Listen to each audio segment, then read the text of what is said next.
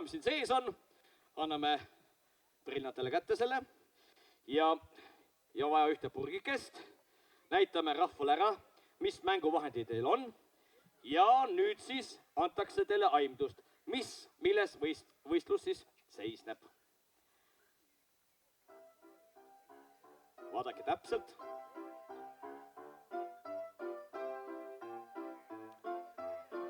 Kõige keerulisem osa ongi avamine. Katsun kommenteerida. Noh, muidugi.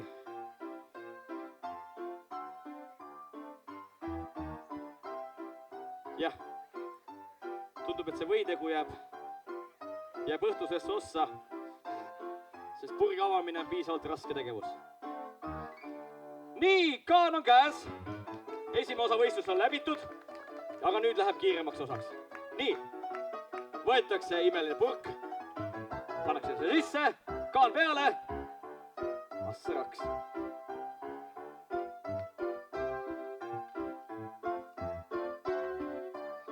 Nii, tehtud, teeme aplausi ja nüüd on raputad. Täpselt nii, nagu raputati kunagi aastaid 100-150 aastat tagasi, kelmikalt purk käes. Nii, ja valmis ta ongi. Aplaus, selline oli siis meie esimene võistlus. Nimeks tema on siis Virtina võidegu. Number 2 võistlus. Tema nimeks on mõisapreili seeliku kergitus. No see meeldib mulle kõige rohkem tavaliselt. Nii, selleks on vaja nööri. Ja, põnev. Jälgige tähelepanekud, mida meie ajastutruud tegelased teevad. Kuidas käib siis ühe tavalise mõisapreili seeliku kergitus. Palun meedial natuke tagapoole tõmmata. Tahaks loota, et sellest ei pea lõppama.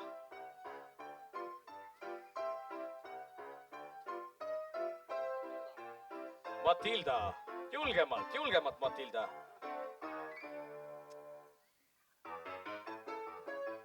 Hopp, suurepärane, teeme aplausi. No küll see seelik võiks muidugi kõrgemale tõusta, aga noh. Jõuab. Nii, teeme suure aplausi. Selline on siis võistlus number 2, ehk siis mõisapreili seeliku kergitus. Nüüd on tulemas võistlus number 3, ehk siis faasani jaht.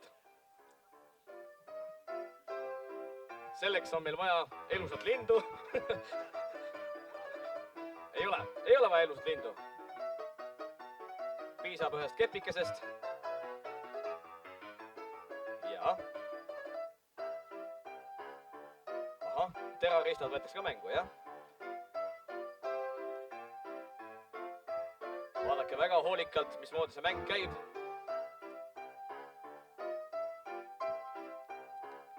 Selge. Tuleb ajada asi paindesse.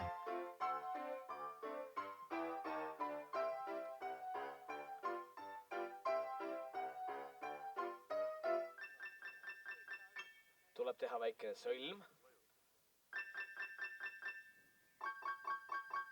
Nii, ümber neiu, jah.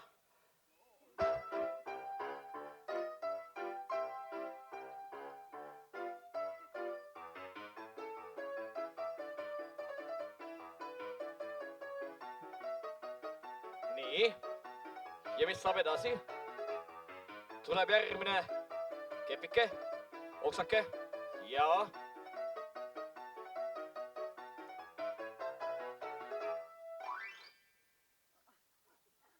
Sellest moodustub üks vist relv. Ja. Nii, ja nüüd naised pingesse ja nool lendu. Ja Faasonile otse kõrisse. Nii, võt selline on see mäng. Teeme aplausi. Nii et ma loodan, et teis kõigis on väikene meistrimees sees, et te oskate valmistada siis enda nägemise järgi ühe vibu ja oskate siis oksi lennutada. Aga 4. võistlusmäng on põlluvahi piirikivi upitus. Selleks on vaja tavalist maakivi. tavaline maakivi. Ikka käid mängimas. Panna siia poole, jah? Nii. Kui maakivi on paika pandud, võtab tavaliselt keskmine mõisamees ennast paljaks. Vähemalt ülariided heidab seljast. Tegemist on ikkagi härrasmeeste mänguga, mille nimeks on siis põlluvahi piirikivi upitus.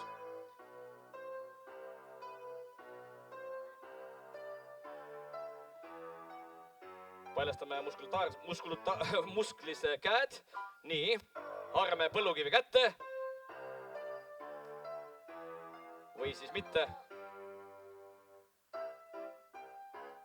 Ja tundveda raske.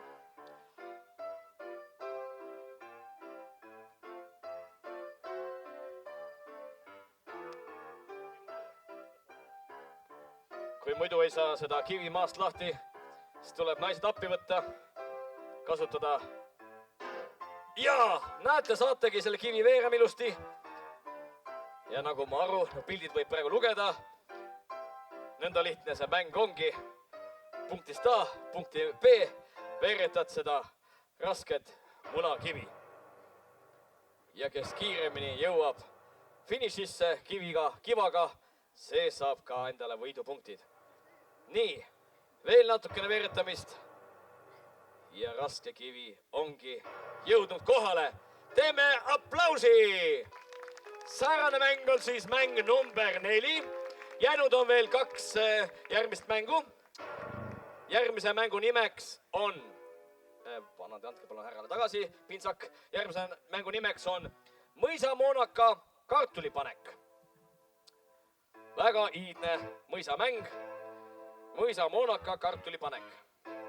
Selleks on vaja rakulkat. Meie nimetame seda rakulkaks. Kuidas? Jah, lihtsalt öeldes kartulipanemismasin. Ja siis on vaja tavalist nüükest kanasööda kartulast. Ja kohe-kohe neiud võtavad korvi kohe ligi. Laskemoon on käes. Ja nüüd pole midagist. Tuleb aga kartulipanemismasin täita siis kartulastega ja siis tuleb see kartul, tundub, et heita sinna korvi. Nõnda need preilid siis mõisa ajal ennast lõbustasid. Kui mees oli kodust ära, siis ikka läksid, võtsid rakulka ja kartulid. Jaksid õue peal mängima. Teeme aplausi! Esimene kardulas siis kukkus sinna korvi sisse. Kes neid rohkem sinna korvi sisse suudab lennutada, see saab ka rohkem punkte ja seda troonib ka võitja au. Nii, teeme aplausi! Selline on siis 5. võistlus, ehk siis mõisamoonaka kartulipanek. Ja 6. ehk siis viimane võistlus on vägagi keeruline. Selle nimeks on siis vabadikule obruki maa mõõtmine. Nii, selleks näitab tavaliselt mõisahärra, kuhu üks keskmine mõisapreilna peab seisma. Millised on tema mõõtmed, käeulatused.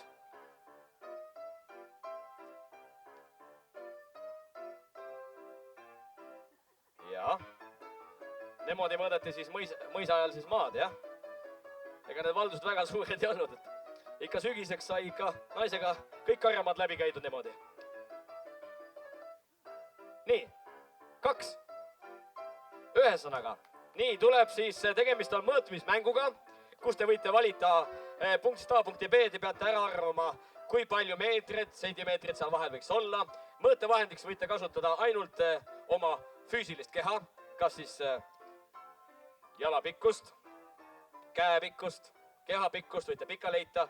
Nii et kes kõige lähemale suudab nii-öelda mõõta nii-öelda vahemaa siis punkti A, punkti B vahel, siis see saab endale võidupunktid.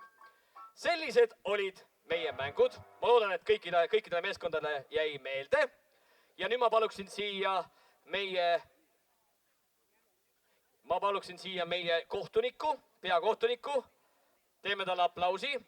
tema on täna meil siin jumal, kes käseb, laseb ja poob. Temaga pole mõtet vaielda, sest temal on ainult õigus teie üle kohut mõista. Suure kotiga, loomulikult see on auhinnad sees, jah? Väga hea, nii et tasub võistelda. Kallid külalipnikud, teie pange ilusti oma lipud sinna samasse kohta, kus praegu lehvib Eesti lipp ja pärast seda hakakem võistlustega pihta.